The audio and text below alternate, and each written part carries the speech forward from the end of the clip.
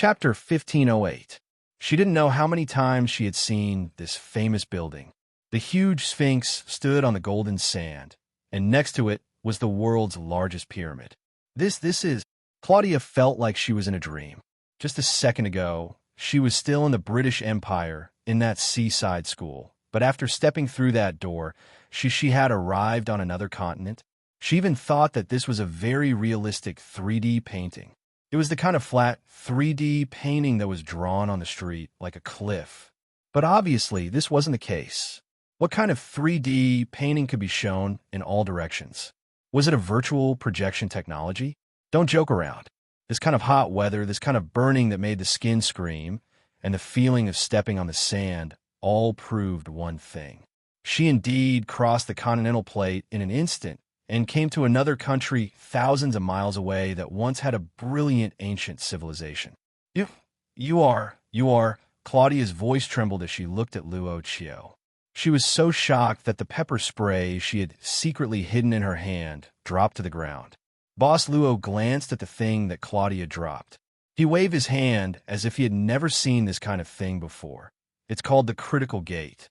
You just need to set a coordinate, and it can connect two different coordinates. It's quite convenient. Claudia opened her mouth. As Luo Qiu waved his hand, she saw a door that was gradually disappearing. On the other side of the door, it was obviously the stairs in front of the Butterfly Society department. Claudia couldn't help but pinch her little belly. Ouch. Boss Luo walked slowly toward Claudia. This female student was shocked and stepped back subconsciously. She said with cold sweat, "What do you want to do? Kill me?" Luo Qiu, why do you have this kind of idea? Claudia hurriedly said, "If what I experienced wasn't an illusion, then it means that you have mastered some methods that are far beyond human knowledge. This should be some kind of space technology. Although I can't explain it clearly or even understand it, obviously, as long as it's an individual or even a country, it's obviously crazy to get this technology. And I, a small student, am obviously in danger now because I know this secret. So, isn't it normal that you want to kill me?" Strictly speaking, this wasn't an official transaction, so Boss Luo didn't act like a normal customer. He didn't even know that he was being a little playful. He chuckled and said, "Student Claudia, maybe I should, and it should be like what you said." "No." The female student suddenly screamed and threw the suitcase in her hand at Boss Luo. "Don't come over. I've learned Taekwondo and Karate. I know Kung Fu. Tai. I learned it from an old Chinese gentleman in the park. A big watermelon." Looking at Claudia's not-so-standard posture of a peacock on the yellow sand, Luo Qiu thought of the old man in the park that she mentioned. For some reason, a ballad popped up in his mind. A watermelon is round and round. Split it in half with a slash. You take half, he takes half. You don't want it. That old man in the park should be the real deal. Probably. Sorry for scaring you. Boss Luo shook his head and simply snapped his fingers. Don't worry. You'll soon forget about this. Claudia's eyes immediately became vacant, as if she had become muddle-headed. However, this state didn't last for long. She quickly regained her senses. Where is this? Claudia's eyes gradually regained clarity as she looked around in confusion. The pyramid. Boss Luo said indifferently. After we got off the plane, we came all the way here. Did you forget that the person who sent us here just left not long ago? Oh, yes. Claudia rubbed her forehead. I might be too tired, but why did we walk into the desert without any equipment? Boss Luo's fingers behind his back quietly snapped again. He looked at Claudia and smiled. Equipment? Aren't we wearing equipment? On? Claudia subconsciously lowered her head. And when did this happen?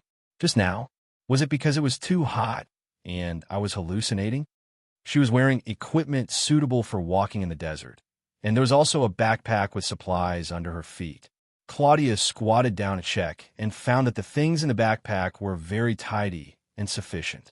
Yes, this was indeed her style of packing. Well, the supplies are indeed sufficient. Oh, when did two camels appear here? Claudia couldn't help but rub her head again. She felt that many things didn't seem to be like this, but it also felt like it was originally like this. She even gradually felt that these things that suddenly appeared were actually natural. Come on up.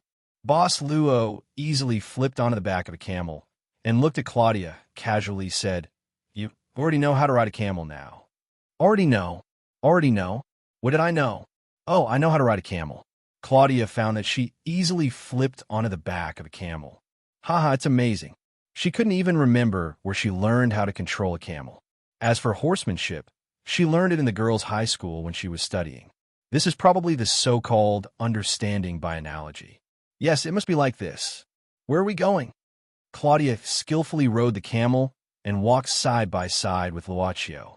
She quickly woke up from the various inconceivable reasonings and remembered the purpose of coming here this time: to find clues about the mysterious disappearance of her father, Professor Siegetu, and to go to the site of Professor Siegetu's original exploration project. Let's go to this place first. Luaccio handed a small note to Claudia. She opened it and found a group of numbers with symbols. Claudia was stunned. Latitude and longitude? Where's this place? Boss Luo said indifferently. It's a place related to Golden Pupil.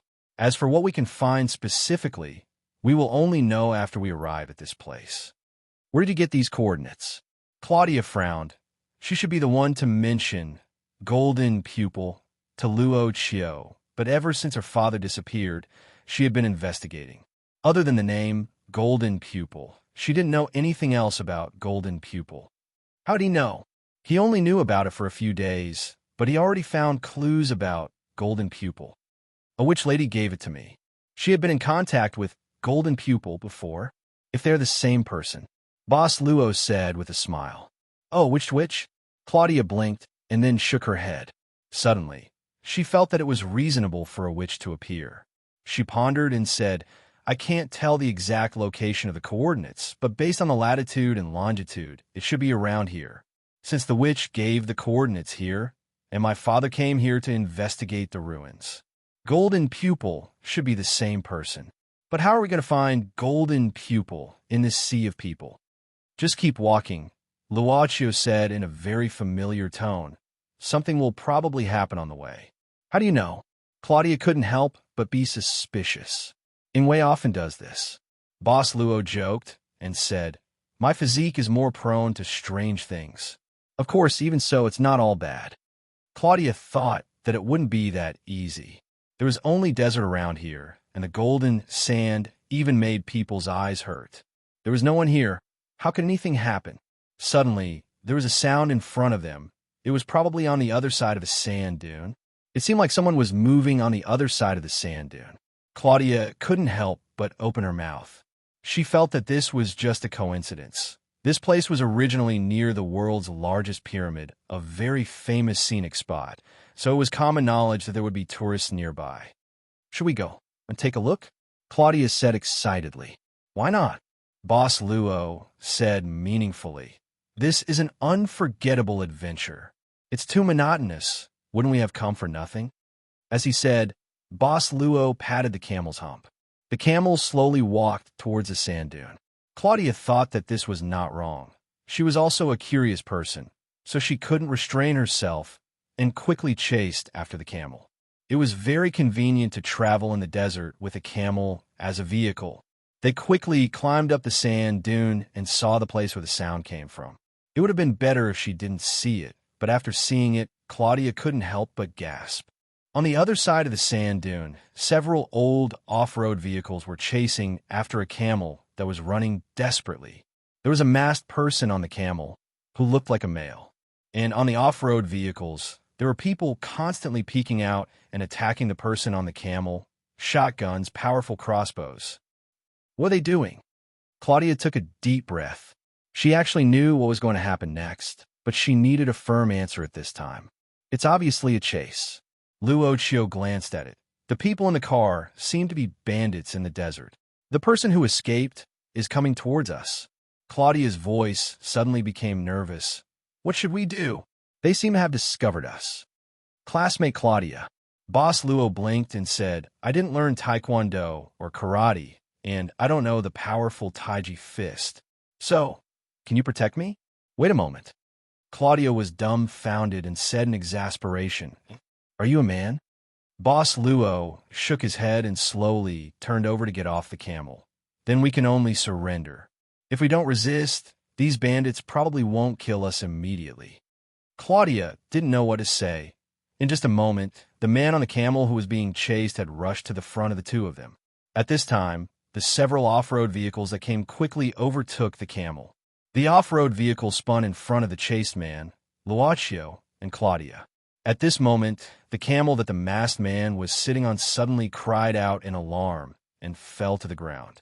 The camel's hind leg had been pierced by a powerful crossbow arrow while it was retreating. Save me." The masked man was thrown 2 or 3 meters away by the camel and fell to the ground. He hurriedly got up and raised his head to send a signal for help to Luaccio and Claudia. The off-road vehicles also stopped at the same time. From each vehicle, 2 or 3 meters tall dark-skinned men walked out. They had weapons in their hands and narrowed the encirclement step by step. Claudia clenched her fists and recalled the taekwondo and other fighting techniques that she had learned over the years. She took a deep breath, and when the bandits were getting closer and closer to her, Claudia moved. She raised her hands abruptly and shouted, "I surrender." "Then I will surrender too," Boss Luo said slowly in a voice that only Claudia could hear. At the same time, he also raised his hands to show that he didn't intend to resist.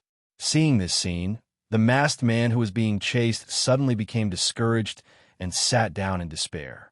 It didn't take long for the bandits to drive the masked man, Luo, and Claudia into the same off-road vehicle. Then they quickly left this place. "If I knew you were so useless, I wouldn't have run to you." The masked man sighed heavily. "My camel wouldn't have been shot by the crossbow. They didn't hit me even once along the way. You think we are happy? If not for you," Claudia suddenly said emotionally. But soon, she was calmed down by Luaccio, who was sitting next to her. Boss Luo looked at the masked man who was being chased and suddenly asked, "Mister, how should we address you?" The masked man glanced at the young man and woman squeezed in the back seat. He frowned and simply said, "Arya is a local." Chapter 1509. The destination was an oasis in the desert with a water source. The off-road vehicle slowly drove into a village-like place inside the crude mud wall. Although they were kidnapped by the thugs, they were not blindfolded. Therefore, through the window, Boss Luo still saw some people living in this village. Most of them were women and children. There were 2 armed men guarding the entrance. As for the clothes, most of the people here were the same, loose clothes and a white cloth wrapped around their head. Along the way, the man who called himself Arya didn't even bother to talk to anyone. After he introduced himself, he fell asleep easily. It was said that he hadn't slept for 2 days and 2 nights because of this escape. He was really sleepy. That's right, for this escape, Arya had already fallen into the hands of this group of people. After he successfully escaped, he was caught again. After the off-road vehicle stopped, Arya was violently kicked awake. He cursed in a low voice, and finally, Boss Luo and Claudia were brought to a dungeon-like place. Strangely, during this journey, the thugs seemed to have remembered something to keep secret and actually came here to cover the 3 of them with black cloth. "Don't think about escaping again. Next time we will bring back your corpse." After the thugs left this warning, they directly locked the dungeon door. They threw in a water bag and a few biscuits through the only small window of the dungeon door and directly left. Arya was obviously very used to this kind of treatment. He immediately picked up the water bag on the ground, drank the water, and ate with big mouthfuls. At this time, Claudia was busy using her teeth to bite the rope tied to her wrists. Why was the rope tied to the front and not the back? Probably because the thugs were very clear that if they did not use tools like metal handcuffs and just use a rope to tie people up, it was actually the same as not tying people up. There was always a way to untie the rope. These guys are too unprofessional. Claudia obviously thought of this point. After easily biting the knot on her wrists, she could not help but show an inconceivable or even confused expression.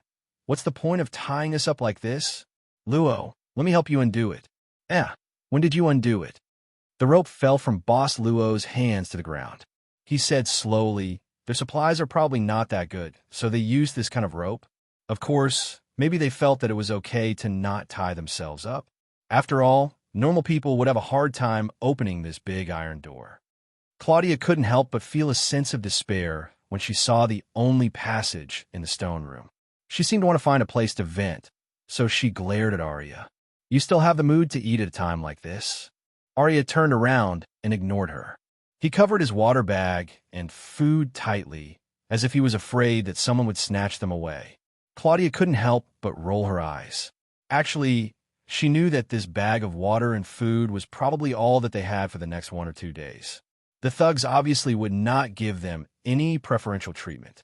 In fact, it would be best if they were so hungry that they had no energy left. But how could she still be in a mood to eat? Fear had already caused her heart to be in a mess, and her face turned pale. If it wasn't for the fact that she wasn't the only one here, she probably would have cried long ago. "What will we become?" Claudia's voice had a hint of sobbing.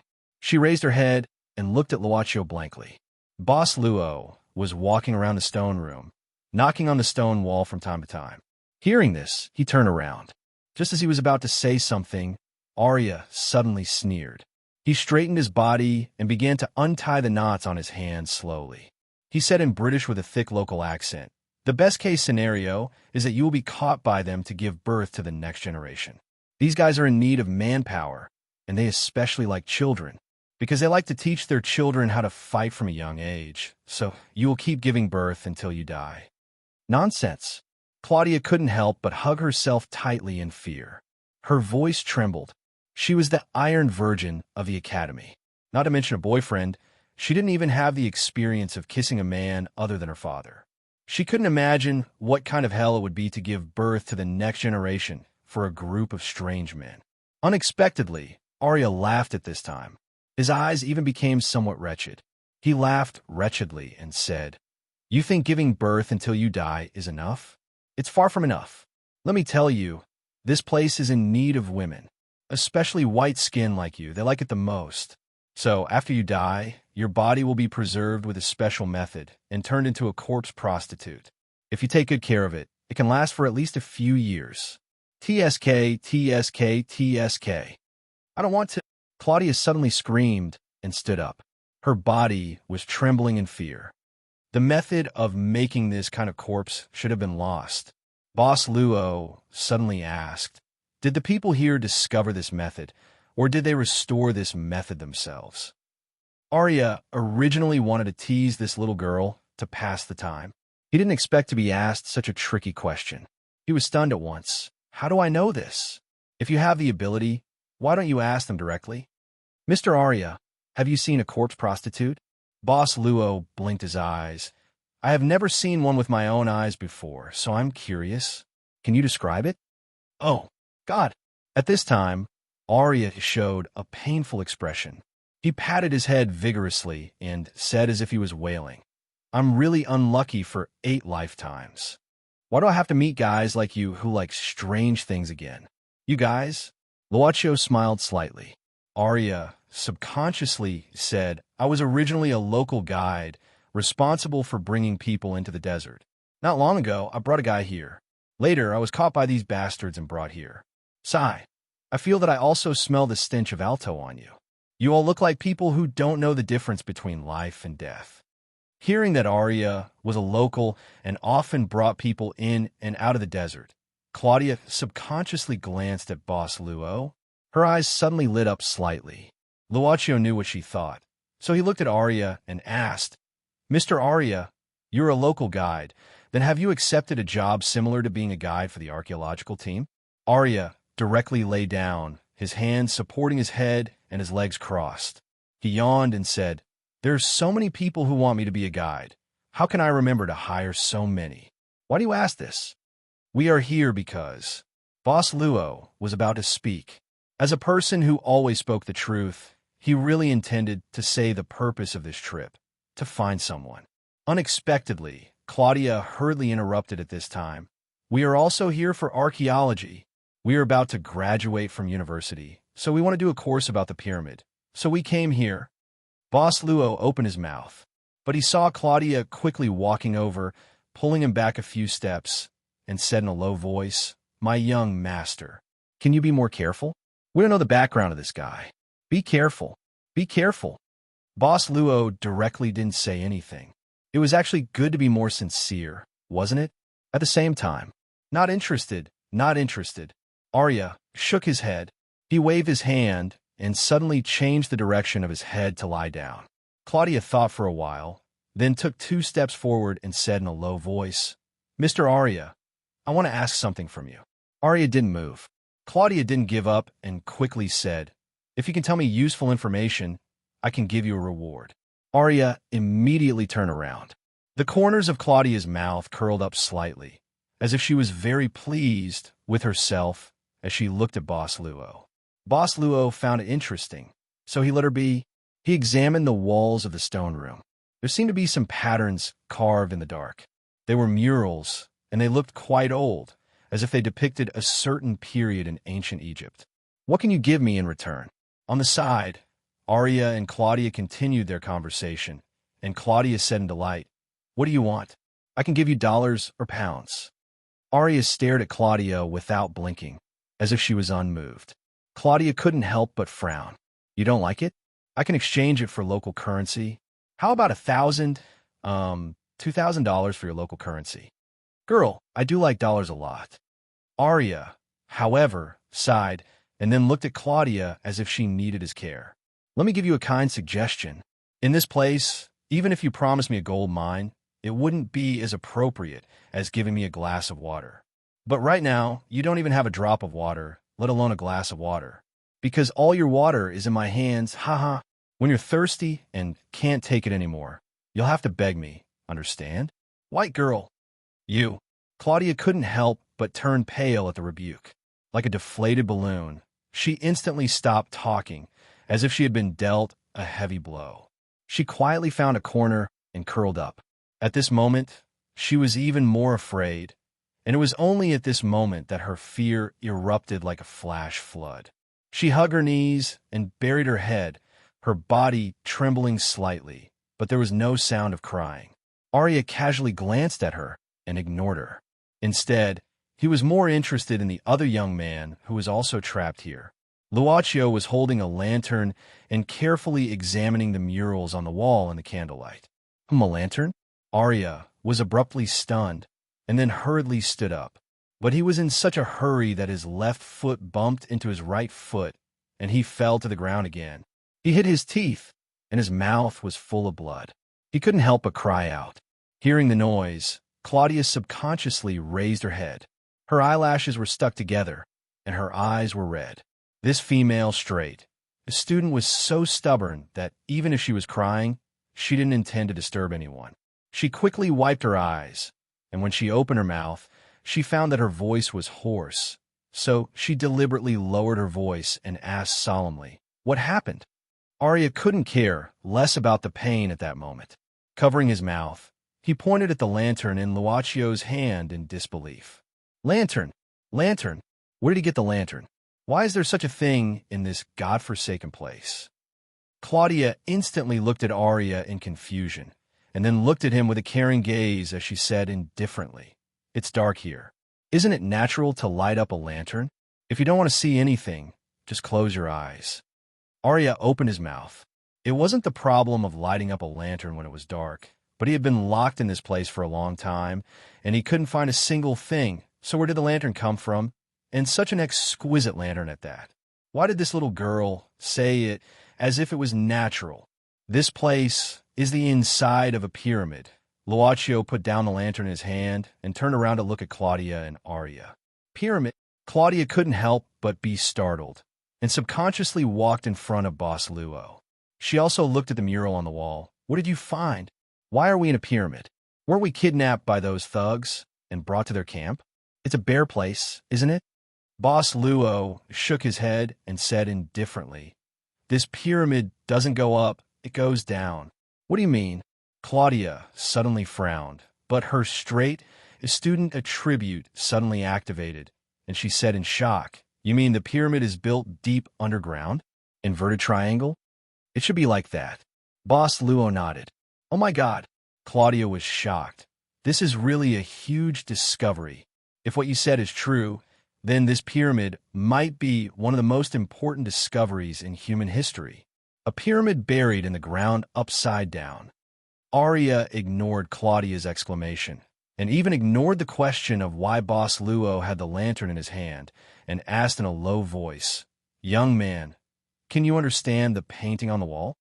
"I can understand a little." Boss Luo nodded. Arya became silent, as if he was thinking about something, and didn't say a word. The stone room suddenly became eerily quiet, until the big iron door of the stone room suddenly opened. Three masked thugs with guns escorted a middle-aged man who looked weary and tired into the room. But unlike them, the food given to this middle-aged man was obviously much better. Claudia saw that this weary man was holding a carton of milk in his hand. The thugs quickly closed the big iron door. The middle-aged man glanced into the stone room and saw Arya sitting on the ground with his hand covering his mouth. He frowned subconsciously. "Arya, you failed." Arya sighed helplessly. "Yes, my old friend. I came back to accompany you again. But I guess you have no chance to help me escape from this damn place. They must have known that it was you who helped me escape. So the plan to get reinforcements is completely ruined." The weary man shook his head. He had already noticed that there were two more people in the stone room, and now he looked at them with confusion. I met these two kids when I was escaping, and they were lucky enough to accompany me back here." Arya shrugged, and then suddenly said, "Oh yes, this young man seems to be like you. He can also understand the painting on the wall." Alto. Alto was obviously the name of this weary man. Chapter 15:10. Ordinary travelers, because they were very interested in the ancient civilization, quit their jobs and came to this desert.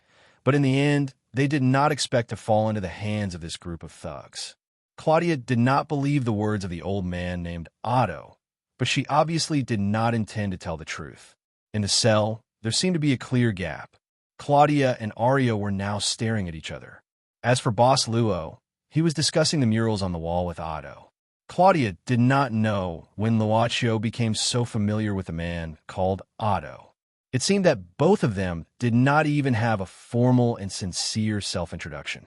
It seemed that Arya was also wondering the same thing. Again, he and Claudia stared at each other. In the cell, there was only the sound of Boss Luo and Otto talking. This seems to be a record of a sacrificial ceremony. Luaccio pointed at one of the murals, but the specific year is unknown. "Mr. Otto, do you know? This should be the period between the 7th dynasty and the 8th dynasty." Otto sat on the ground and said calmly while eating the rich food, "It is very likely to be the royal family of the 7th dynasty. According to the records, the 7th dynasty existed for a very short time, only 70 days. This dynasty seemed to have appeared out of thin air and then disappeared overnight." Claudia did not know much about the history of the ancient civilization, but for a regime that only existed for 70 days and called itself a dynasty, she could not help but feel a little funny. Disappeared overnight? Are you sure it was not because it was attacked and destroyed? Otto glanced at Claudia casually. It indeed disappeared overnight. It was not only the dynasty that disappeared, but also its palace. Legend has it that this palace was magnificent, but it disappeared overnight, leaving only sand. Claudia shook her head. The resources in ancient times might not be as plentiful as now. The so-called resplendent palace might only be as tall as a 3-story building now. The weather in the desert is constantly changing. The so-called disappearance overnight might just be because it was swallowed up by the storm. Otto didn't deny it, but he didn't confirm it either. He only said calmly, "Legend has it that the appearance of the 7th dynasty was because the king had obtained a treasure that could grant any wish. That was why a huge castle appeared in the desert. But because the king went back on his promise, everything he had was taken away by a mysterious power in the end. I speculate that the sacrificial murals carved here were most likely held by the 7th dynasty's king to atone for his sins." Atonement? Claudia shook her head. She couldn't understand most of these murals. The ones that she could understand were the ones that caught the attention of Luaccio and Otto. Furthermore, she could roughly understand the meaning of this mural. A sacrifice to ask for forgiveness, actually using the people of the country as a sacrifice. How barbaric! At any rate, I didn't believe that a gigantic castle had appeared overnight and a royal authority had been established. Besides, this is just your wild guess, right? Ayo, suddenly looked at Claudia and sized her up carefully. This made Claudia feel uneasy, and she subconsciously moved closer to Boss Luo. Boss Luo acted as if he didn't see it and asked curiously, "What is this mysterious power?" Otto shook his head. "I'm not very clear about the specifics. After all, the murals here are too old. Many of them have become blurry. The only things that can be deciphered are also incomplete. Currently, we can only confirm that the 7th dynasty did exist. Although the palace that disappeared couldn't be found, we found this place. Those people outside left Mr. Otto behind to let you decipher the murals on the wall?" Luocchio thought for a while and said, "Other than here, there should be many similar murals outside, right? Did they stay here to develop this underground pyramid? This pyramid should have been buried, so it looks like it was built underground." Otto thought for a moment and said, "Their leader accidentally entered this place. In fact, over the years, they have been plundering everywhere and even capturing people. A large part of the reason is to go to the pyramid that is deeper underground. You are not the first to be captured. In the past 10 years, there have been foreign tourists who have been captured and brought to this place to carry out the difficult excavation work. Will we also be captured to excavate this pyramid?" Claudia keenly thought of something, and her face turned pale. Otto said indifferently, "It shouldn't take long before someone will escort you to the place where you need to be excavated. But there's a way for you to temporarily avoid this kind of hard work." "What way?" Claudia asked hurriedly. Otto pointed at Luocchio and said casually, "When their people come, you just need to tell them that you can read the murals on the wall, and they will treat you well. Of course, if you are generous enough, you can say that you need this woman to be your assistant." Arya scratched his butt and yawned. Of course, if they are smart enough, they will definitely not agree to this request. "Why?" Claudia was angry when she heard it. Arya pointed at himself and said, "Because this is how I escaped successfully. Well, it was successful once." "You." Claudia was so angry that her voice trembled. Arya laughed loudly. No one knew if he was always like this or if he was trying to find joy in this place. So, this place was first discovered by the people outside. Boss Luo wasn't very interested in the quarrel between Arya and Claudia. They want to find the mysterious power of the former 7th dynasty from this underground pyramid, so they have been entrenched in this place for at least 10 years. The situation is probably like this. Otto shrugged and said, non-committally, "I never said that they are looking for the mysterious power. It is very likely that they are looking for the wealth buried in the pyramid. If they can find the tomb inside the pyramid, everything inside will be treasures, right?" Boss Luo smiled faintly. "Mr. Otto has been studying for some time. I don't know if you have found anything. I have no obligation to share this information with you, all of you." Otto waved his hand. "Young man, there is no free lunch in the world. If you want to know something, you have to work hard. I have already given you the method." Then Otto found a corner and hid in it. He didn't seem to be worried that others would harm him. In the blink of an eye, he was snoring soundly. This guy, he is full of evil tricks.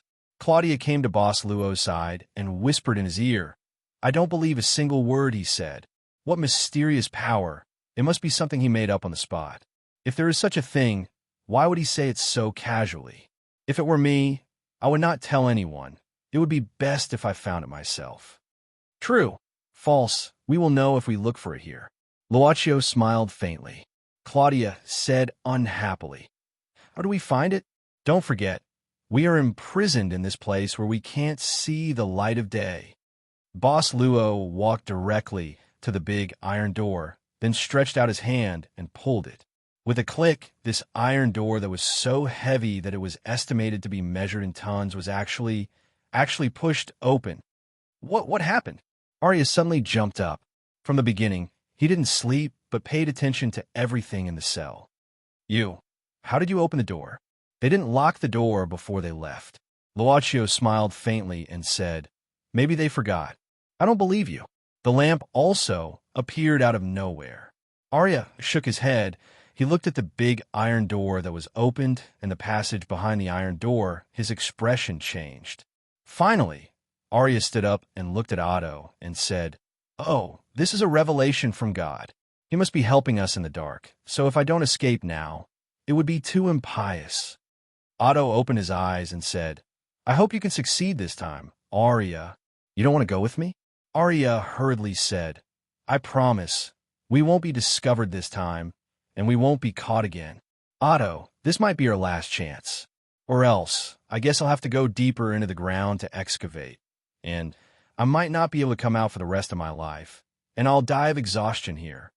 Otto shook his head and said, "I don't want to leave this place for now. The murals here are very precious and have a lot of research value. I need to stay and protect this cultural heritage. Otherwise, this precious heritage might be destroyed by them. Arya, if you want to leave, now is the time. At this time, they should be changing shifts, and this is the time when their guard is the most relaxed. Then I can't control you, old friend." Arya shook his head and instantly rushed out of the door. "Mr. Aota, what do you think?" Boss Luo looked back at Aota and suddenly asked, "Where should I start?" Otto suddenly took out a yellowed, square, folded piece of paper from his pocket. "This is the internal structure of the pyramid that I drew recently. If you want to leave, now is the time. This map should be able to help you." "Thank you. I'll make good use of it." Boss Luo nodded. Claudia grabbed the map and said calmly, "It's not safe to hold on to it. Give me some time. I'll prepare this map. 3 minutes. I only need 3 minutes." It could only be said that within the scope of normal people, no wonder she was a top student. Just as Claudia was memorizing the map, Otto suddenly said, "If you don't want to leave, why don't you lower your head and look at the bottom right corner? There are many surprises there." "I'll see how it goes." Boss Luo nodded, and then said jokingly, "Maybe even with the map, we still got lost in the end.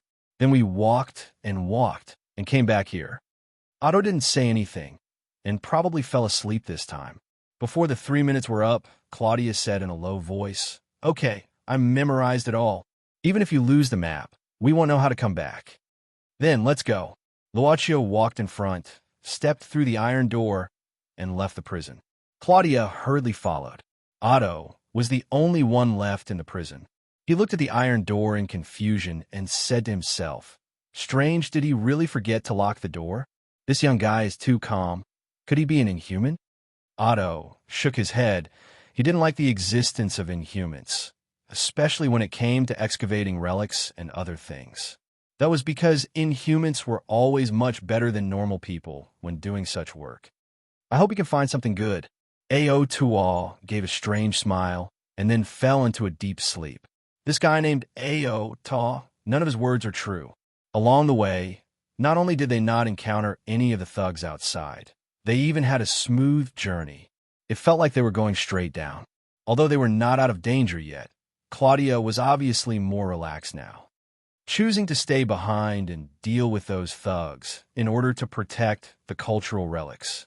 One extraordinarily noble character. Wrong way. The way out should be this way. The way you're going is deeper. We didn't go the wrong way. Boss Luo looked at the map in his hand. "This is the direction marked on the map." Claudia was stunned, then said in disbelief, "Wait, you're not really going to the place the guy said, are you?" "Why not?" Boss Luo smiled and said, "We're here to explore anyway." "No, it's too dangerous." Claudia shook her head fiercely. "Let's not talk about the fact that we don't know what's in this place. It's very likely that we'll meet those thugs on the way. I don't want to be caught." "Student Claudia," Boss Luo said softly, "you'll protect me, right? You've learned Taekwondo, Karate, and Taiji Fist, right?" "I'm just bluffing." "Oh yes, I know Taekwondo, Karate, and Taiji Fist." Claudia nodded, then folded her arms and pretended to be serious. "I'm amazing. I can fight against 10. You're so reliable." Boss Luo smiled and said, "Student Claudia, of course." Chapter 15:11. Claudia believed that she was really powerful and could take on 10 people at once. However, Her fear and nervousness were real. Therefore, she said that she had to guard her back, so she hid behind Boss Luo, trembling as she followed him.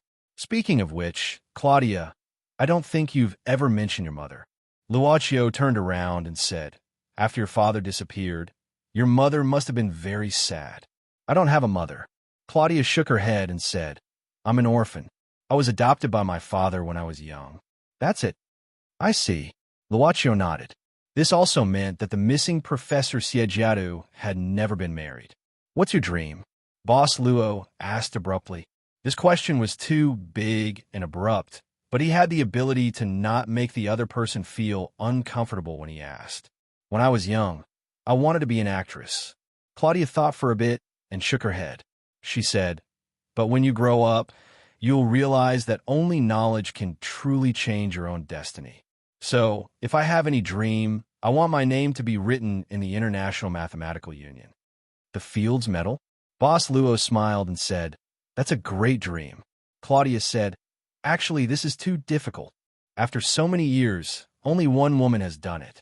Maybe it's just like what the research says, women are naturally less rational and logical than men.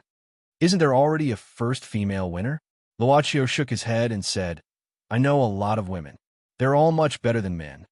Claudia shrugged and said, thank you for your encouragement, but you don't have to worry about me. Even if I can't become an outstanding mathematician, I won't be poor. If I can't, I can still inherit my father's legacy. Boss Luo smiled and didn't say anything. However, he knew that Claudia actually didn't want to inherit this legacy. The British police hadn't announced the death of Professor Siegitu. What about you? Claudia followed up with another question.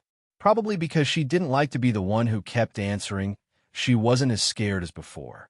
She quickened her pace and stood beside Boss Luo. What's your dream? I'll let you know if I find it. Stingy. I think we're here. Luocio stopped in his tracks. In front of him was a huge stone door with rocks falling down from above. However, the boulder had already been pried up, and several jacks were inserted into the bottom of the boulder to stabilize it. This was probably set up by the thugs outside. The strange thing was that they didn't encounter a single thug along the way. The boulder that was lifted up by a jack was so high that one could enter by bending down. The place behind the door was the place that Otto had specially marked. Aren't you going in?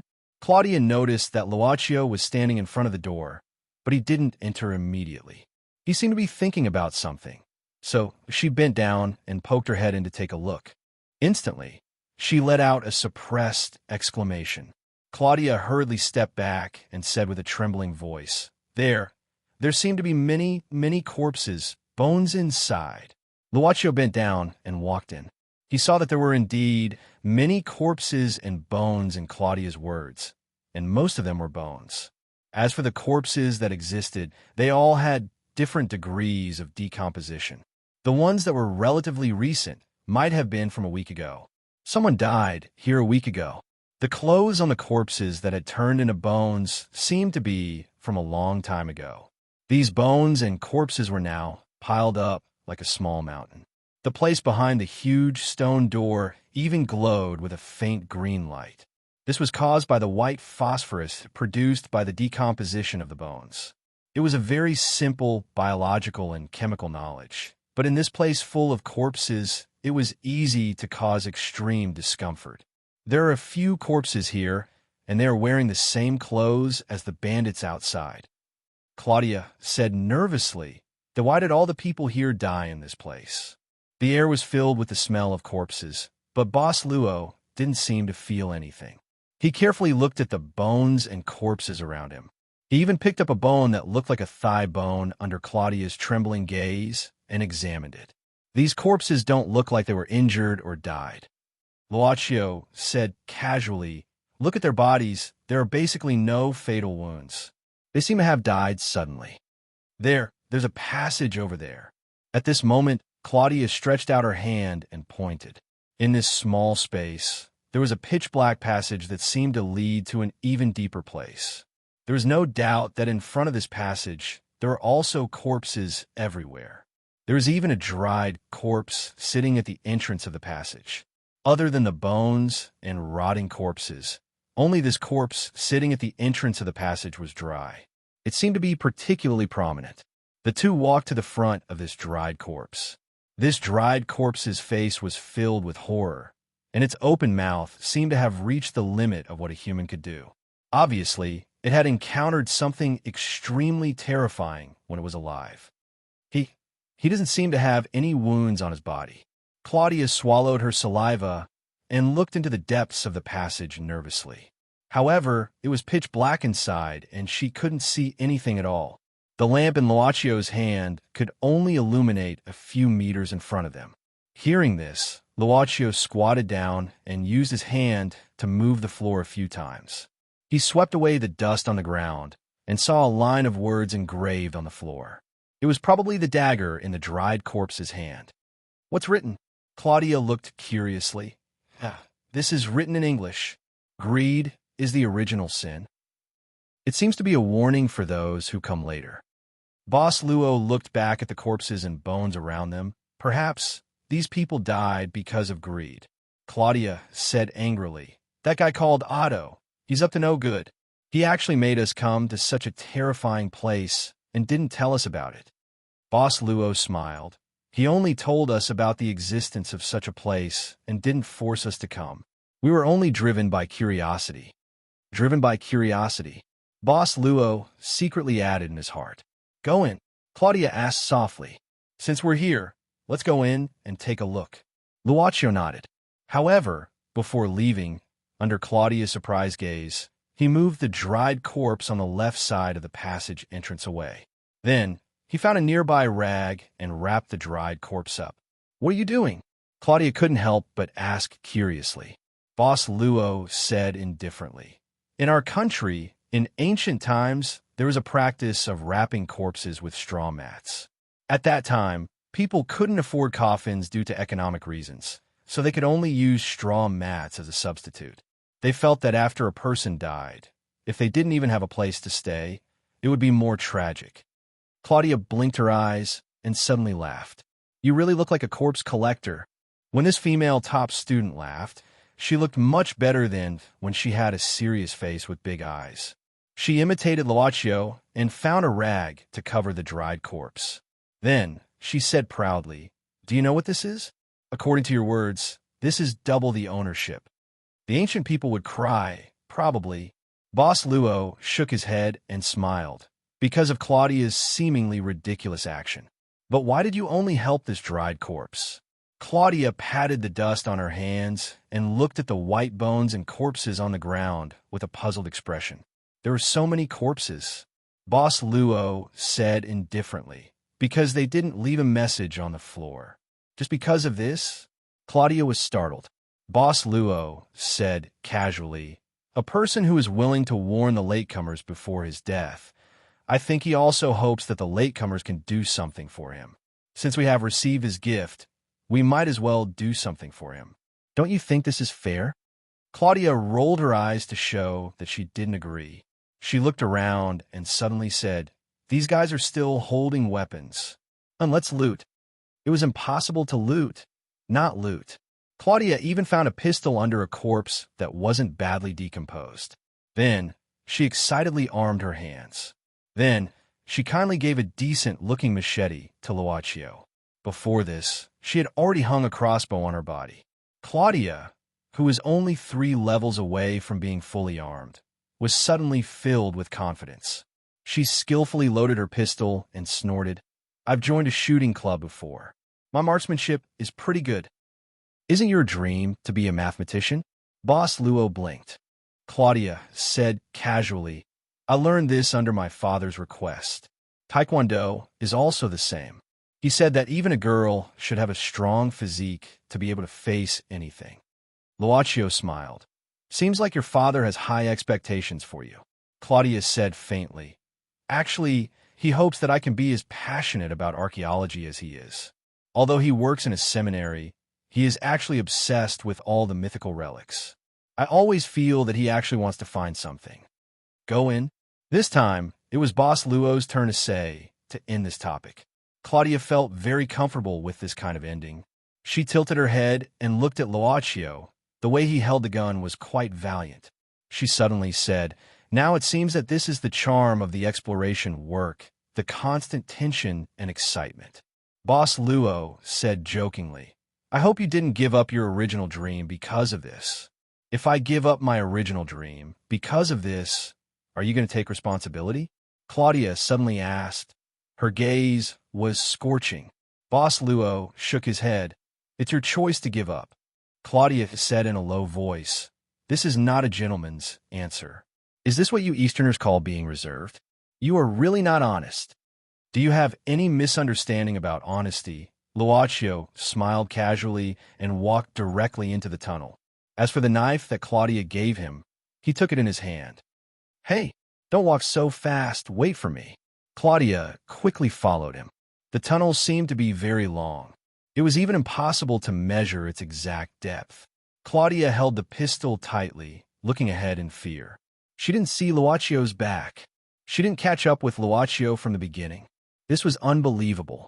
Obviously, Luocio was just a few steps ahead of her, but she didn't catch up with him. She couldn't even see the light of the foreign lamp. Hey, where are you? Don't play pranks, okay? Claudia's heart was beating fast. I won't ask you strange questions. Don't play pranks, okay? Suddenly, the surroundings were bright, and a strong light made Claudia unable to open her eyes. Until a moment later, when her vision gradually recovered, Claudia saw a colorful world. This tunnel was filled with a huge amount of incredible wealth. She saw piles and piles of gold coins. She saw handfuls of diamonds. The walls were even inlaid with a large number of different colored gems, precious crowns, jewelry that could be compared to the treasures in museums. The dazzling array gathered in front of her, forming a colorful scene. The terrifying wealth was enough to destroy a person's rationality in an instant. Claudia took a deep breath. Even this iron virgin, who loved to learn, couldn't help but feel excited by the treasures in front of her. The wealth around her seemed to have an endless amount of magic. Her gaze was immediately attracted by a gemstone necklace that was casually placed on the ground. She subconsciously reached out her hand, wanting to pick up the necklace. But the moment her hand was about to touch the necklace, a line of words suddenly appeared in Claudia's mind. Greed is the original sin. She was shocked, and cold sweat broke out all over her body. When she looked at the enchanted gem necklace, she inexplicably panicked. She couldn't help but stop and quickly ran deeper into the tunnel, trying not to look at the gold, silver, and jewelry on both sides of the tunnel. She only hoped to catch up with Luocio as soon as possible. But at this moment, after a faint light in front of the tunnel, a figure appeared. Claudia stopped abruptly, looking at the figure that suddenly appeared, and muttered to herself, Father! She walked slowly towards the figure absent-mindedly. Boss Luo quickly walked to the end of the tunnel. Actually, it wasn't a long distance, and it would only take a few minutes at a normal pace. At the end of the tunnel, Luocio looked back at the path he came from. After a moment of silence, he turned to look at the things at the end of the tunnel. There were statues on both sides, like guards. In the middle of the statues, there was a platform, and there was an oil lamp on the platform. Boss Luo was silent for a moment. He picked up the oil lamp easily, then thought for a moment, and gently wiped the oil lamp a few times. The oil lamp in his hand shook, and then a reddish-brown smoke erupted. The smoke condensed, and it turned out to be a red giant wearing black clothes. Lowly human, tell me, what do you want? I can fulfill 3 of your wishes. The red giant's voice was as deafening as thunder. Boss Luo, okay. Chapter 15:12. How is it, puny human? What's your answer? The red giant bent down, and its huge head was as tall as a person. Fortunately, it did not seem to be breathing. Whatever you want. Wealth, power, status, longevity. Luocio couldn't help but take a small step back. It wasn't because this red giant looked like a male, but because he wasn't used to being in close contact with people, the so-called issue of the security cordon. Let me give you a suggestion. Luocio thought for a while, and finally said, If you are a spiritual monster that can fulfill wishes, the opening statement can be more tactful. If your service attitude is better, then the customer's desire to buy will be increased. Of course, you can understand the desire to buy as the desire to make wishes. So what should I call you? Mr. Giant or Lamp God? The Great Lamp God. The red giant glared at him. I have great power. I don't need to be polite to ignorant creatures like you who beg me because of greed. Don't try to get close to me and make me like you and be willing to do anything for you. The last guy who did that was crushed into dust by me. You just need to make a wish obediently. Well, Boss Luo looked at the red giant curiously and fell into deep thought. He had read about the story of the lamp god when he was young, so he had always been curious about one thing. Why are you so persistent to fulfill the wishes of the person who summoned you? I won't tell you anything about me. The red giant sneered, unless you use other methods. For example, make the first wish. Oh, okay. Boss Luo nodded, then used the first wish. Why are you so persistent to fulfill the wishes of the person who summoned you? The red giant was stunned at once, and its big eyes widened a little. Its huge body that almost broke the room suddenly shrank to the size of a normal person. It frowned and said, "Are you really going to use the first wish like this?" Luochio said casually, "Anyway, I don't really need anything. It's not bad to solve a question that I have had for a long time. For me, it's almost the same as free." That's what you said. The red giant looked suspiciously at the person who had summoned him, but he could not figure out what was going on. You better not regret it. The number of wishes will not be restored once used up. Everyone who summons me only has 3 chances. I'm listening. Boss Luo smiled. The red giant frowned, but after a moment of silence, it slowly said, I need to fulfill 1,000 wishes for the person who summoned me before I can escape from this oil lamp. Boss Luo opened his mouth in surprise. This seemed to be a little different from a story he knew. He couldn't help but ask curiously, You have to complete 1,000 wishes? What if someone wishes for your freedom? The red giant said impatiently, First of all, there is no one who is willing to sacrifice themselves to help others. Even if there is, this wish cannot be fulfilled, because this is one of the wishes that cannot be fulfilled. What kind of wishes can't be fulfilled? Release me, or wish for more wishes, or wish for the same power as me. None of these are allowed. The red giant snorted coldly. Other than that, there is nothing. Okay, you've used up the first wish. Hurry up and fulfill the remaining 2 wishes. I want to wait for the next qualified person to come.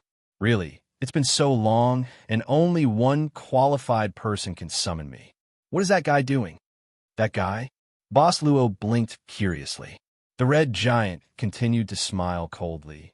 The second wish. Luochio nodded and said simply, Okay, tell me. This time, the red giant was stunned for a longer time. It looked at him with more suspicion and asked uncertainly, Are you sure you want to use up the second wish without considering anything else? I said before, you can't regret a wish you made. Wouldn't it be better for you if it's a simple and easy wish? Luochio smiled and said, 1,000 wishes. 2 of them were easily fulfilled. I didn't even need to use any power. Idiot. The red giant shook its head. The last guy, even after making the 3rd wish, he still wasn't satisfied. I've seen through his greedy nature. Oh, he was an honest guy before he got the magic lamp. It's a pity that he changed in the end, but it doesn't matter anymore. Anyway, I told him that if he wanted to fulfill more wishes, he had to find more qualified people to summon me. Boss Luo lowered his head and thought for a while. If that's the case, the so-called sacrifice described on the mural of the pyramid. Can we assume that the king sent people here to find qualified people? Unfortunately, no suitable person was found. If that's the case, was the king of the 7th dynasty the last person you served? Oh, do you need a 3rd wish to answer this question? If so, use it. The red giant was completely stunned. It looked at the summoner in front of it in disbelief. It even wanted to touch the summoner's head to see if he was really an idiot. If he wasn't an idiot, why would he want to use up 3 wishes just to know such trivial things? The red giant suddenly patted its head, and its face was full of excitement. I didn't think of that. Why didn't I think of that? How can there be so many pure and innocent guys in the world? The answer is idiots. Even if not all of them are idiots, the success rate of idiots is definitely much higher than normal people. Oh my God, why didn't I think of that before? Maybe the red giant, lamp god, misunderstood something. Boss Luo reminded it. Mr. Lamp God, you haven't answered my question. Oh, sorry. Since you're so straightforward, I'll tell you about the last guy for free. You don't have to thank me. The red giant's attitude suddenly became much better. Yes, the last guy made 3 wishes to me. One was to become a king. This guy was very smart. After becoming a king, he could get power, wealth, status, and beauties.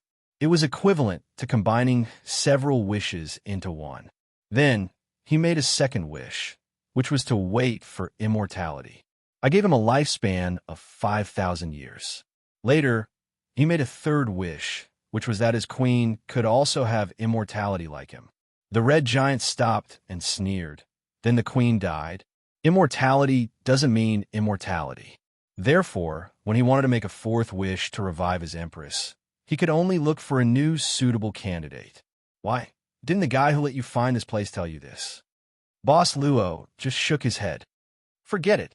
The red giant thought at this moment and said, after all, so many years have passed. That guy might have died in the hands of others. But it doesn't matter. Human, do you want more chances to fulfill your wishes? Let me tell you, I still have nearly 500 wishes to fulfill. You just need to follow the method I teach you, and you can easily get these 500 wishes. This lamp god, this story was really different from the stories he heard when he was young. What method? The red giant said excitedly. You need to find more people like you. You need to find those people who are born fools and let them pass the test. Then, you can get me and let the fools help you make wishes. This way, you only need to find 100 fools and you can get 500 wishes. How is it? Isn't it simple? Don't be afraid. This problem is hard to solve. Don't you have a third wish? You just need to make a wish to become a king. Then you have enough power and wealth to do it. Next, you can make a wish for immortality. Wish for your lover to live forever. Wish for more and more. 500 wishes. Think about it. You can get the whole world. Boss Luo shook his head. Under the red giant's stunned gaze, he put the magic lamp back on the table and shook his head. Sorry, I don't have any wishes to fulfill now. So, I might not be able to help you. Let the next qualified person help you with this plan, Mr. Lamp God. He really put it back. And when he put it back, it was slightly off. Boss Luo even moved it back. The red giant's jaw almost dropped. He said in disbelief, Are you crazy? Do you want the 500 wishes? Do you want them? Come back. Wait, don't go. You still have a third wish. Boss Luo said, Actually, I wanted to use the third wish to ask questions, but you seem to be more generous, so I know most of what I want to know now. The red giant suddenly became agitated. You can't leave like this. I have waited for so many years. At least, make your third wish. Luochio said indifferently. Since you have thought about how to fulfill the 1,000 wishes quickly, you just need to wait for the next qualified person. I think the next person will be very interested in your suggestion, and maybe the next person will come soon. The red giant looked at the back of the summoner, the new master who was about to leave. He suddenly became anxious and rushed out. However, his body could not be too far away from the magic lamp. At the entrance of the passage, black chains appeared on his body and tightly bound his body. Anything will do. You just need to make a wish. Don't go. The red giant was no longer as majestic as before. He was anxious like a person who could not get to the washroom when he had a stomachache. Wait, I'll tell you. Listen carefully. If I don't fulfill your wish, the next person will not be able to summon me. That was an urgent innermost need. It crazily attacked a certain transaction mechanism. Boss Luo suddenly stopped and slowly turned around. After looking at the red giant, he said indifferently, Mr. Lamp God, you want me to make a wish for you, right? Yes. The red giant saw a turning point and quickly nodded. He said quickly, but I suggest you make a wish that is more realistic, like becoming a king or something. After all, you helped me think of this method, so I'm happy that you are the one who can fulfill the 500 wishes. I understand. Luaccio nodded. Then, Boss Luo waved his hand. Around the red giant, there were some cards with a shimmering background floating. These cards with patterns slowly rotated around the red giant. The red giant looked at these cards in confusion.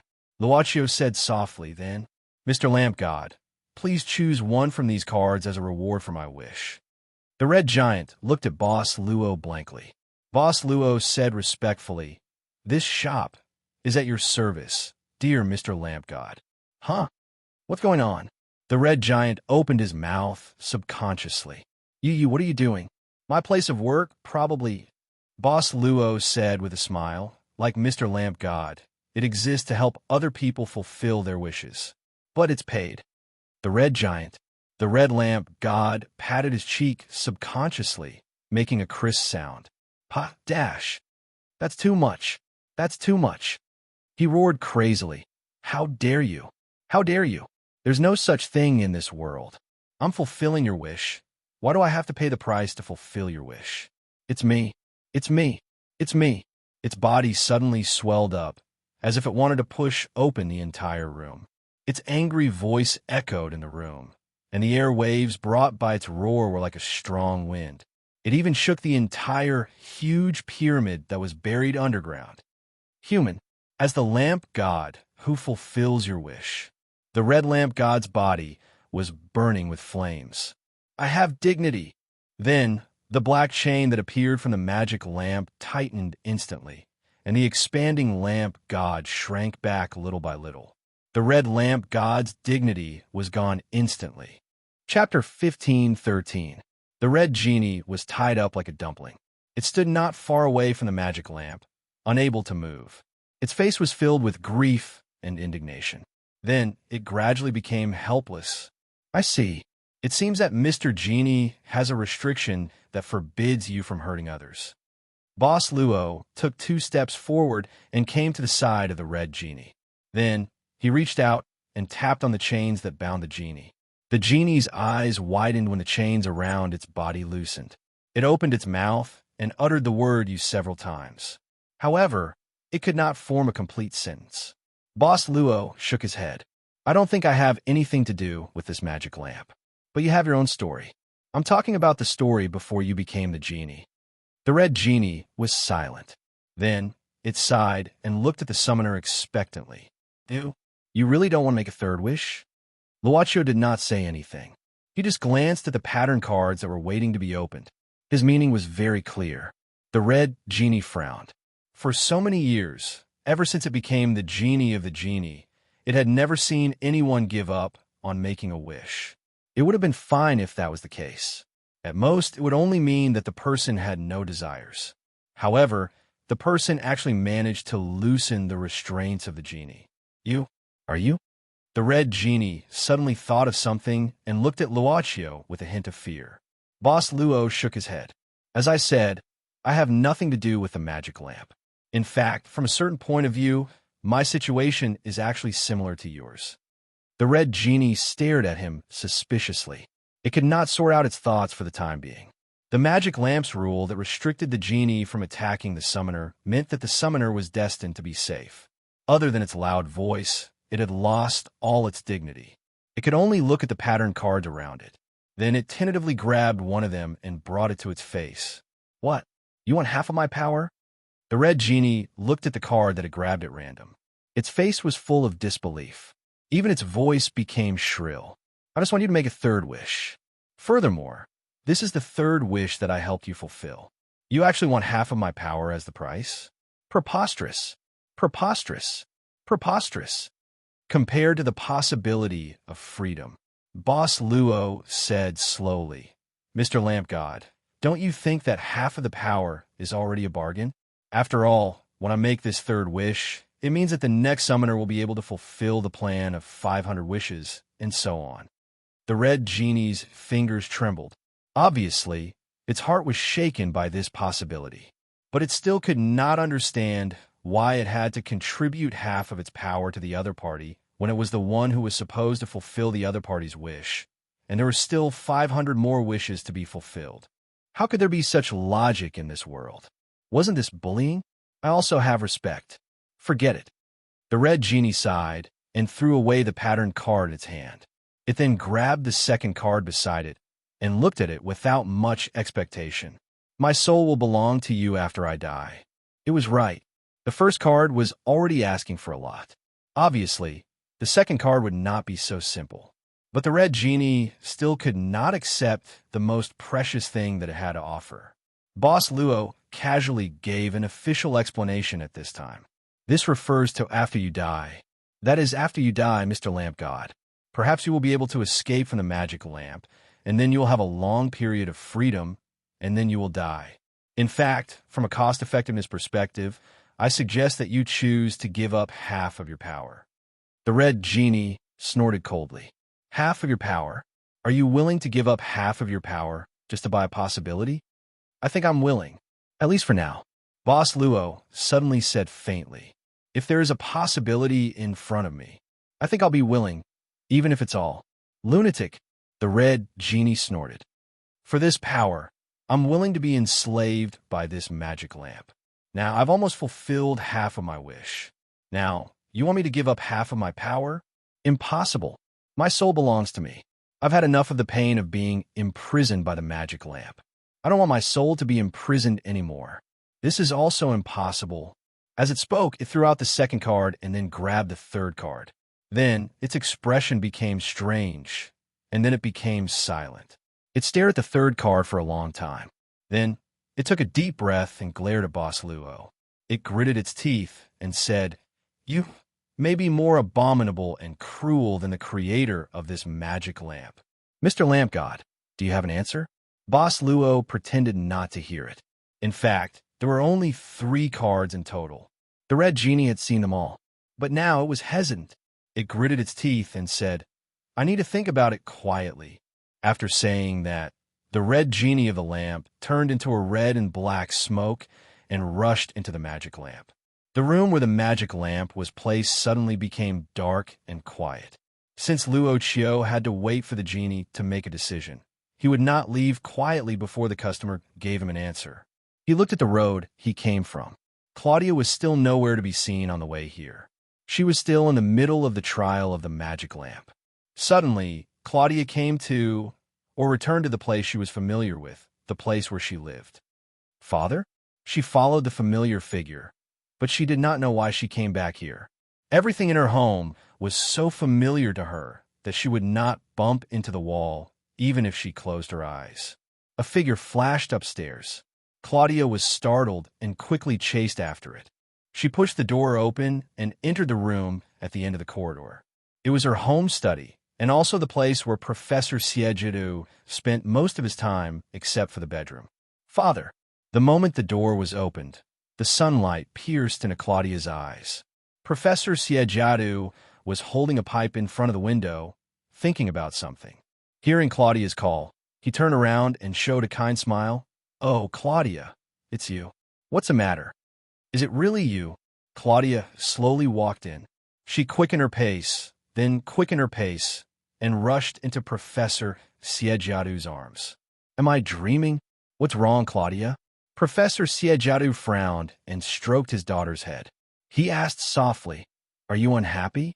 Were you bullied by your classmates again? No, I'm just too happy. Claudia wiped her tears and looked up. Besides, I haven't been bullied for a long time since I started learning Taekwondo. I'm very powerful now. Professor Siejiadu smiled and rubbed Claudia's head again. Really?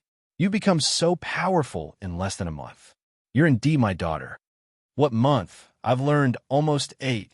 8 years, she wanted to say at first, but now she realized that her father was much taller than she remembered. She could only reach the height of his chest. Father, when did he become so tall? No. She became smaller and returned to her childhood appearance.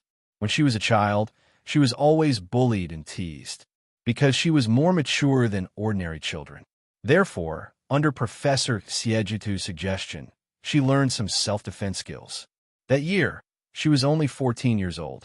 Time. Did she go back in time? She suddenly became drowsy, and her body suddenly became light. Her father must have picked her up. When she was a child, Her father would always pick her up when she was asleep. The sky soon brightened. Claudia pushed open the window of her room and said, "Good morning" to the birds standing on the branches outside the window. Then she saw Professor Siejidu reading in the courtyard at this time. "Father."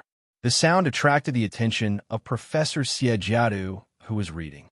He looked up and saw Claudia jump out of the window and then climb down along the pipe outside the room. "My little princess, you were very likely a little monkey in your previous life." Professor Siejidu smiled bitterly and quickly walked over. He was afraid that she would suddenly fall down. His face was full of nervousness. "Father." Claudia was playful. When she climbed halfway, she directly jumped out and jumped toward Professor Siejidu. Although the professor caught her, he fell to the ground because of the impact. Claudia sat on Professor Siejidu's chest and let out a chuckle. At this time, the professor closed his eyes and looked motionless. Claudia seemed to have found something wrong. She quickly shook Professor Siejidu, but he still did not have any reaction. She suddenly became anxious. She was so anxious that her nose turned sour and tears fell down. It was not until Professor Siejidu suddenly opened his eyes and picked her up. After a few rounds, she stopped crying and smiled. "Father, you've become taller again."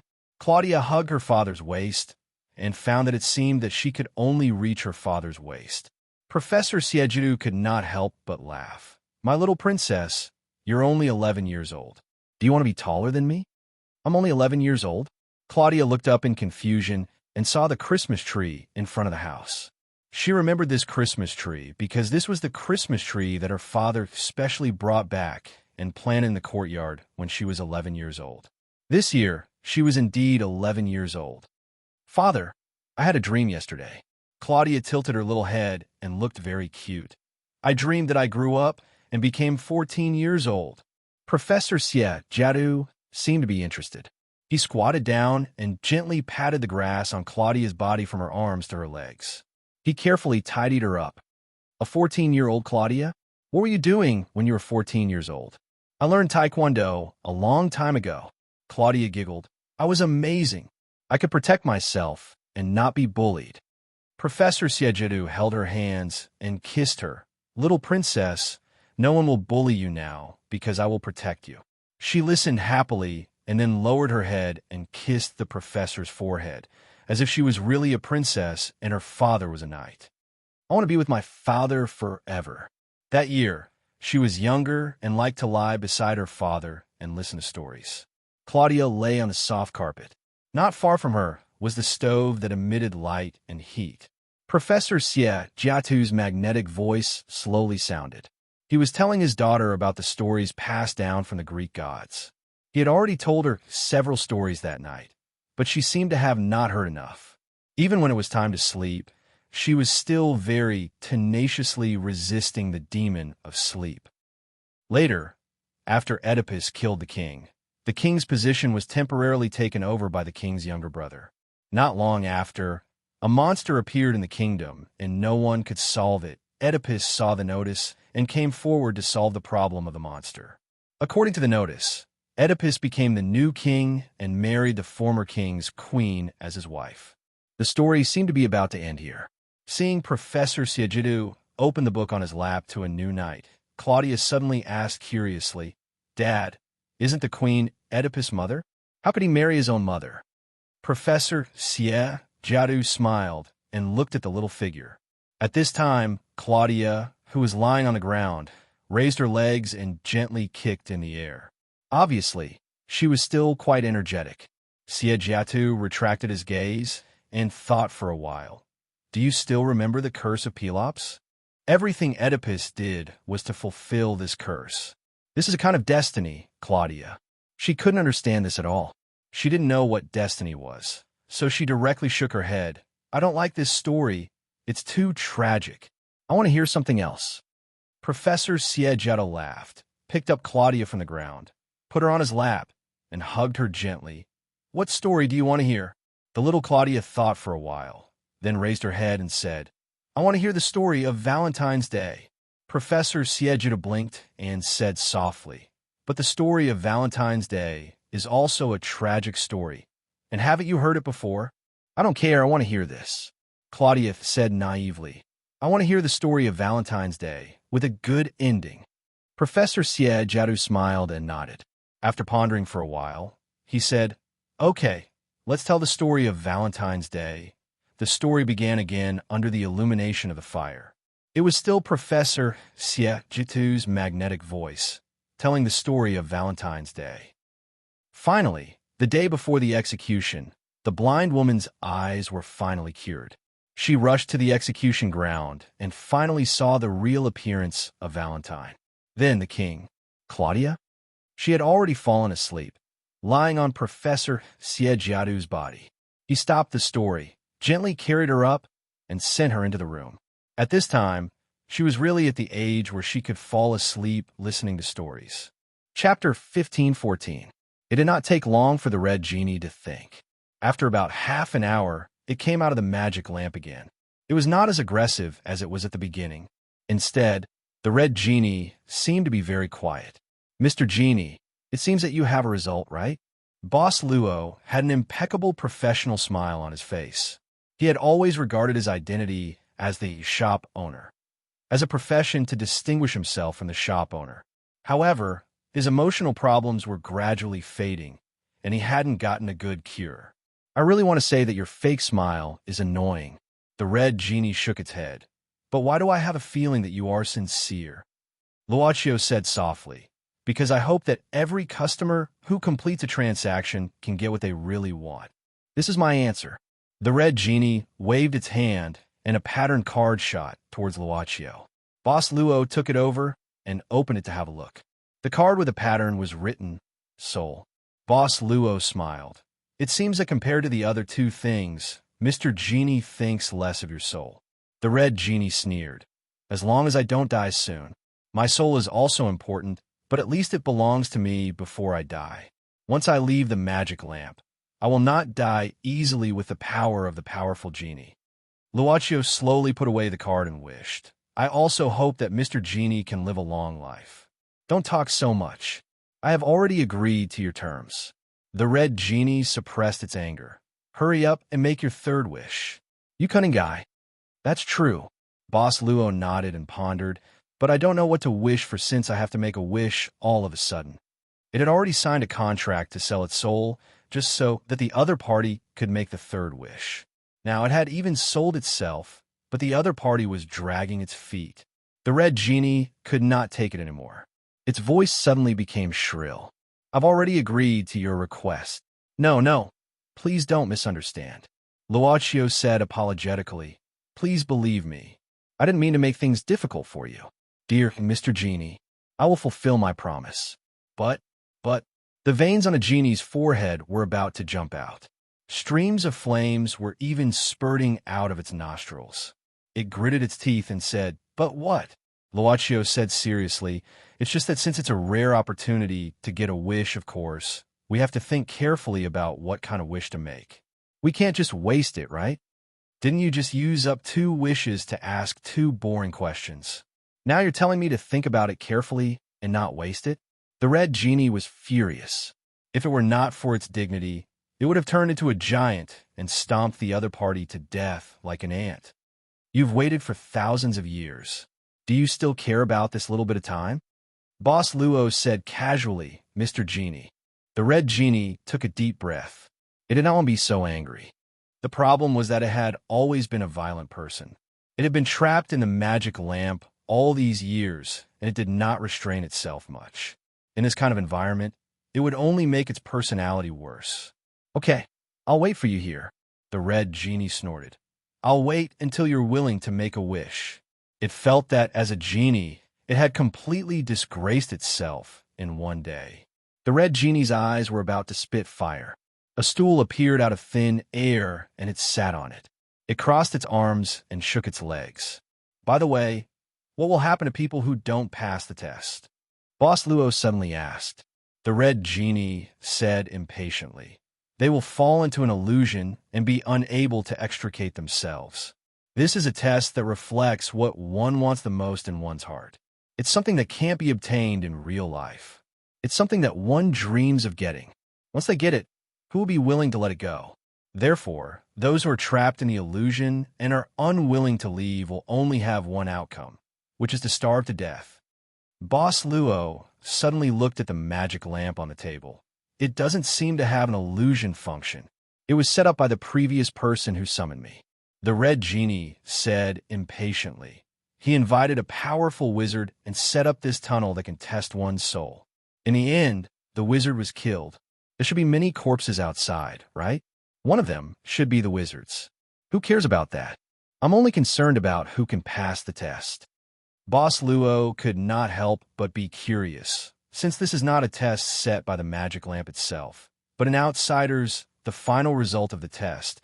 Can a magic lamp accept it? The red genie said impatiently. Didn't you pass the test and successfully summon me? Luochio said calmly. I didn't encounter any illusions on my way here. No. The red genie frowned and shook its head. Let's not care about that. Anyway, you succeeded in summoning me, didn't you? Only those with a pure soul can be recognized by the magic lamp. Wait, what's going on? The red genie then realized a problem that it had neglected from the beginning. The magic lamp's attitude was very ambiguous. It did not acknowledge or deny its request. It did not even give any information to the genie of the lamp. All it did was quietly record the number of times the genie of the lamp asked the two questions that the genie of the lamp had already fulfilled. Strange. This is the first time I've encountered something like this. The red genie of the genie of the genie of the genie of the genie of the genie of the genie of the genie of the genie, however. The red genie could not understand how the magic lamp could automatically increase the number of times it could fulfill the summoner's wish. The red genie could not help but stare at the magic lamp in its residence. The magic lamp was now dull. Even if it was placed among the many lamps, it seemed to be the most inconspicuous one. It was as if it was saying, I don't know and I don't dare to ask. What kind of joke was this? The red genie shook its head. It did not care what the magic lamp was doing, as long as it did not reduce the number of times it could fulfill its wish. It did not care about anything else. Hey, have you thought it through? Mr. Genie, can you reverse time? Boss Luo asked seriously, the kind that could turn back time. Turn back time? That's easy. The red genie laughed without thinking. Isn't it just turning back time? I thought you were going to make a wish. Wait, what did you say? Turn back time, turn back time. Luochio thought for a while and suddenly said with a trace of unrealistic hope, turn back time to 4 years ago. The red genie was silent for a while. It looked at the summoner up and down and suddenly said expressionlessly, please speak human language. You can't do it? Boss Luo's tone seemed to have a trace of disappointment. In fact, such an answer seemed to have been met the moment the question appeared. The trace of unrealistic hope he had was the little bit of humanity he had left. If I could turn back time, I would definitely go back to the beginning. Why would I? The red genie shook its head.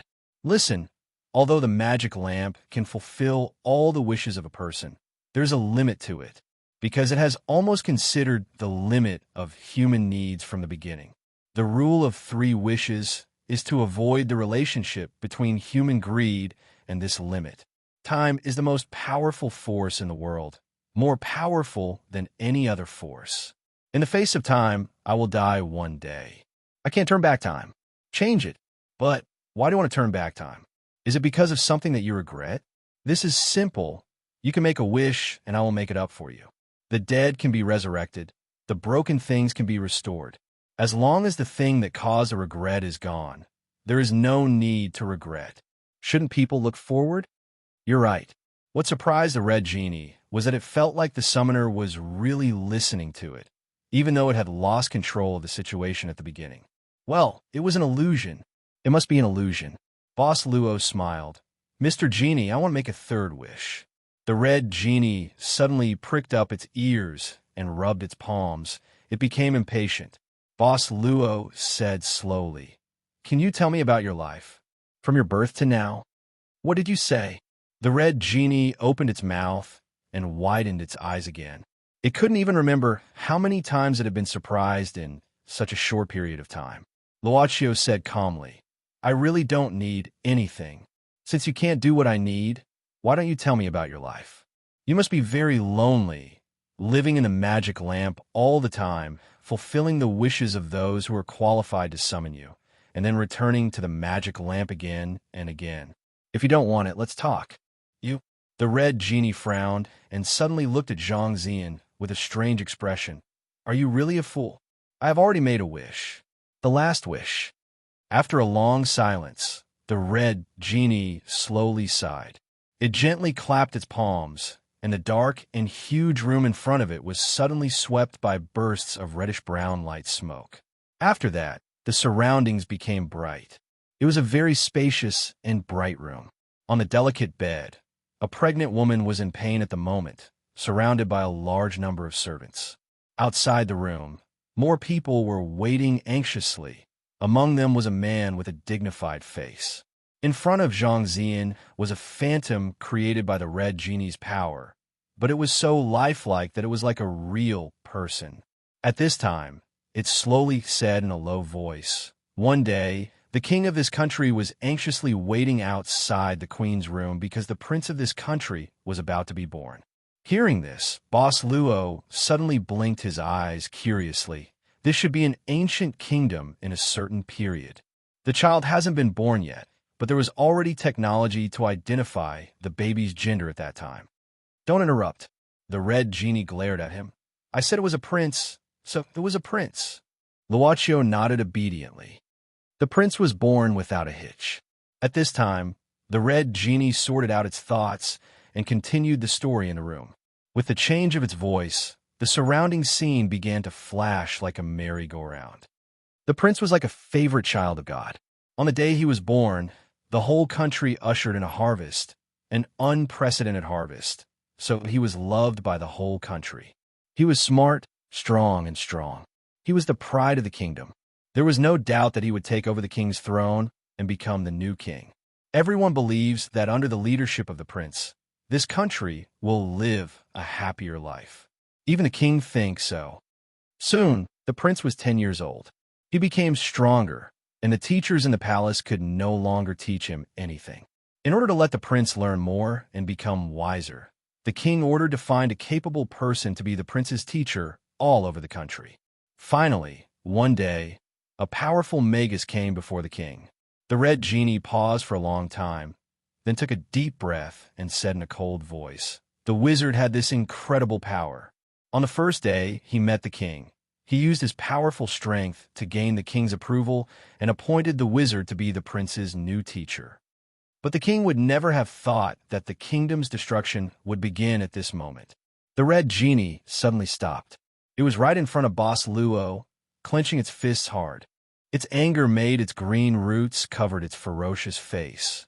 At the same time, its whole body was trembling, showing that it was not calm at this time.